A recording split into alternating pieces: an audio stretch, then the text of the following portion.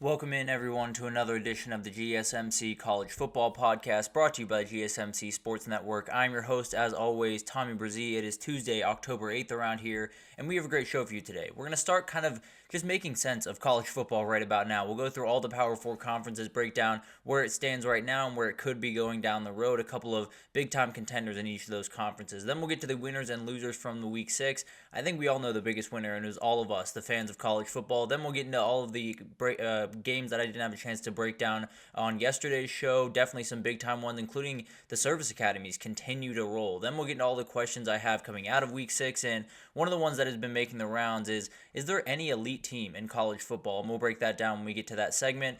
And then I'll give you my top 12 teams in the country, and maybe the hardest list that I've had to make on here, so spare me just a little bit. But before we jump in here, I do want to remind you all we get tons of questions and comments throughout the show, and the best way for you all to get your question on the screen, we can have fun back and forth here, is to use that super chat feature at the bottom of the chat on the Sports Network page. You can click on that $, add any question or comment you'd like, and you can definitely get it on the screen. We can have fun back and forth here. You can also use the gsmcpodcast.net page, does the exact same thing, but definitely utilize that. We want this to be as interactive as possible. But let's jump in here and let's get into what was insanity in Week 6. There's no two ways about it. And the reality is we got to just figure out where we stand right about now and how we're going to continue forward and who's kind of standing out to me, at least in all of these conferences. And I want to start with the SEC here because this one's gotten a little bit weird. A&M is up at top at 3-0 in the conference. Texas is right behind them, the only undefeated team in the conference overall. So definitely going to be a really interesting race. You see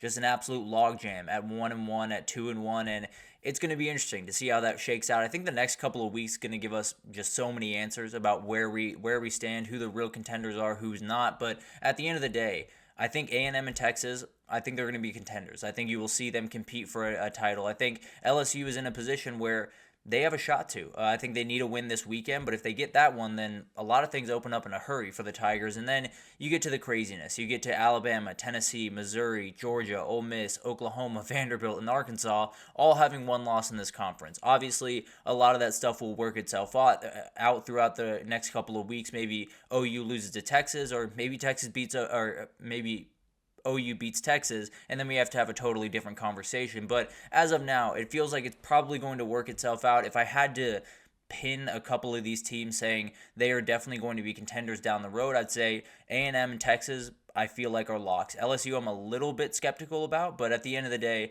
Alabama, Tennessee, Georgia, and Ole Miss, I think we're going to have plenty to say about this conference. I like Missouri. I don't know if they have the dudes to win this year. I don't know if Brady Cook is going to be playing at a level that he needs to for them to win the big-time games down the road. Oklahoma, I think, is a good team. I don't know if that offensive line is good enough to beat the number of teams they need to beat in the SEC to move forward. Vanderbilt and Arkansas, I absolutely love the stories.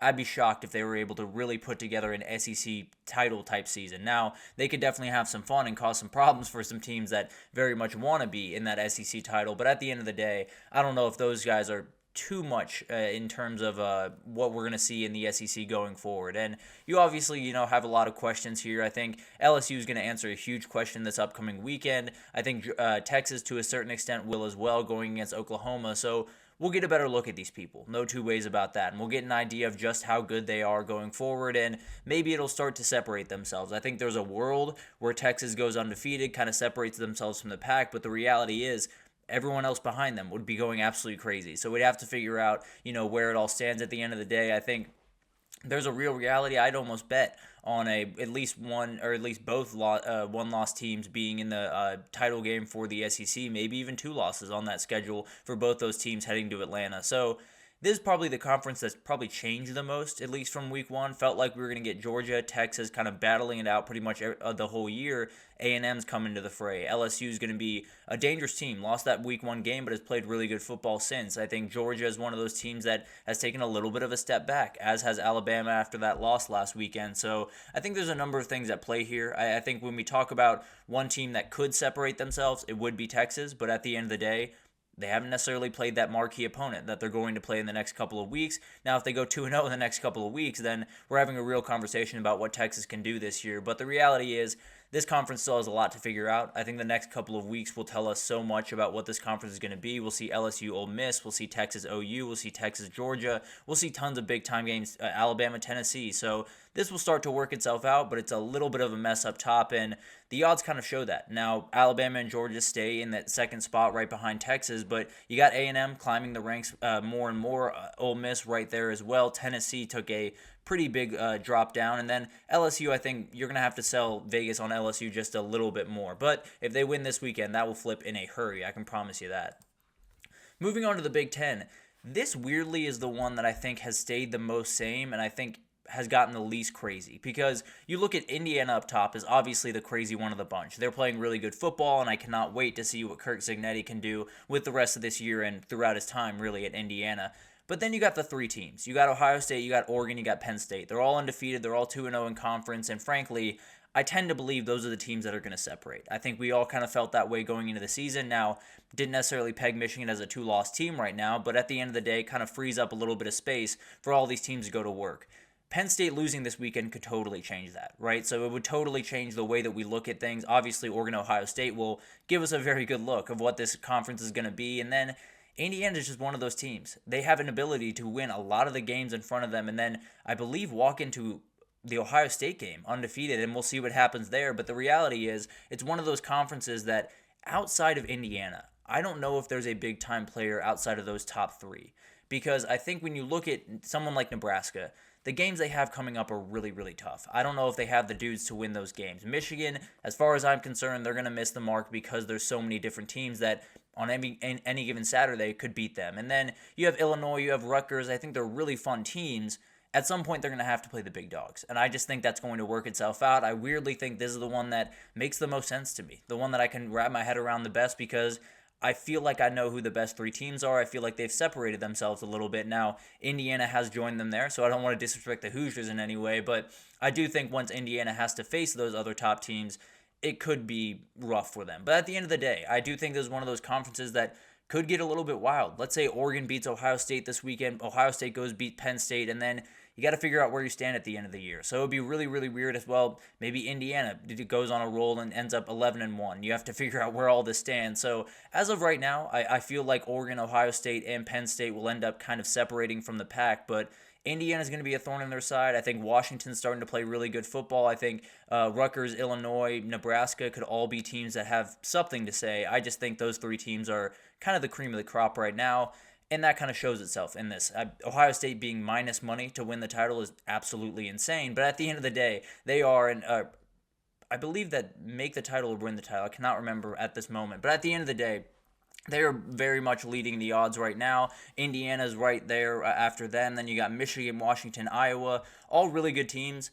I just think it's going to be really tough for them to make a jump into those top three squads, because those top three squads are absolutely insane. But moving forward to the ACC, I think we have Clemson up top at 3-0 in the conference, 4-1 overall. Miami right behind them, SMU right behind them. And then you got a Virginia team that's playing really good football right now. Pitt playing undefeated football, really just answering the bell every single week. And then I think you see the drop-off.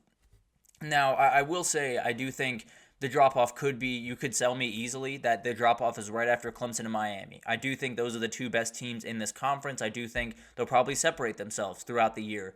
That being said, SMU doesn't play either of them. SMU only plays Pitt coming forward, so if they beat Pitt, they could easily be an 11-1 team, and then you're sitting there trying to figure out what all the craziness would be, unless those two teams are 11-1, 12-0, and they are rolling. But at the end of the day, I do think it's one of those conferences that I feel like it's going to be manageable. I feel like Clemson and Miami are going to separate themselves from the pack. We get Louisville, Virginia, which will kind of handle some of the craziness down below. Miami at Louisville. We get Pitt, SMU, and a ton of other huge games over the next couple of weeks. So I tend to believe it's going to work itself out. And I think when I look at this conference, it's probably Miami or Clemson. I feel pretty good when I say that. Now, SMU is a dangerous team. I think Virginia's playing good football, but I think when they get deeper in that schedule, it's going to be tough. And then Pitt, kind of the same thing. I do like that team. I just think they rely a little bit too aggressively on their offense, and I think some ACC teams, especially Miami or Clemson, will be able to meet them there. So it'll be really interesting to watch this unfold. And obviously, you got Miami and Clemson up at the top, SMU number 3,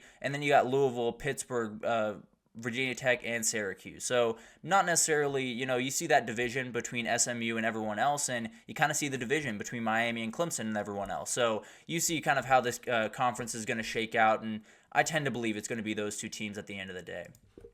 And then we got the Big 12, and this one makes no sense. It makes just about as little sense as it did in the preseason. We have Texas Tech, BYU, Iowa State, and Colorado as your top teams in that conference, and then you got West Virginia that's still undefeated in that conference. So you got to figure out where you are, and Iowa State does lead the odds right about now, so you'll be able to see a little bit more of the Cyclones, it seems. Kansas State and Iowa and Utah are right there, and then you got a little bit of a drop-off, but then you got Texas Tech, West Virginia, Colorado, BYU, and Arizona right in that wheelhouse. So this one's still wide open. There's no two ways about that. I don't think I need to tell you guys that, but at the end of the day, it's going to be all over the place. I think when I really look at this conference, I feel pretty good about Iowa State, Kansas State, Utah being able to separate at the end of the day. But the reality is Texas Tech's playing ridiculously good football. So is BYU. So is Colorado. So a big-time win from Colorado over Kansas State this weekend would totally change everything. And you also have BYU, Arizona. You also have Iowa State, West Virginia.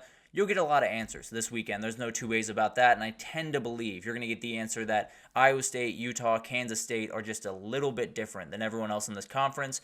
It could go haywire. If Colorado beats Kansas State, then everything I just said goes right out the window, and we have to figure out a new place to start. But the reality is this one's off the walls. I think it's going to be incredible to watch this one come down to the wire, and you do have Texas Tech in the mix there. I think they're a really interesting team to watch, and we'll talk about them just a little bit later. But it's one of those conferences that we knew was going to be crazy coming in, and is more than living up to the hype right about now. But it's crazy. There's no two ways about that. I hope that helped a little bit to figure out where we stand right now, who I think is going to possibly make that run into the playoffs. But if you're putting my feet to the fire trying to figure out which conference is easiest to wrap your head around, I'd probably go ACC first. I feel pretty good about Clemson and Miami being the best teams over there. And then you have SEC, I tend to believe, is going to work itself out. I think there's a number of teams that are very, very good. They're playing really good football right now.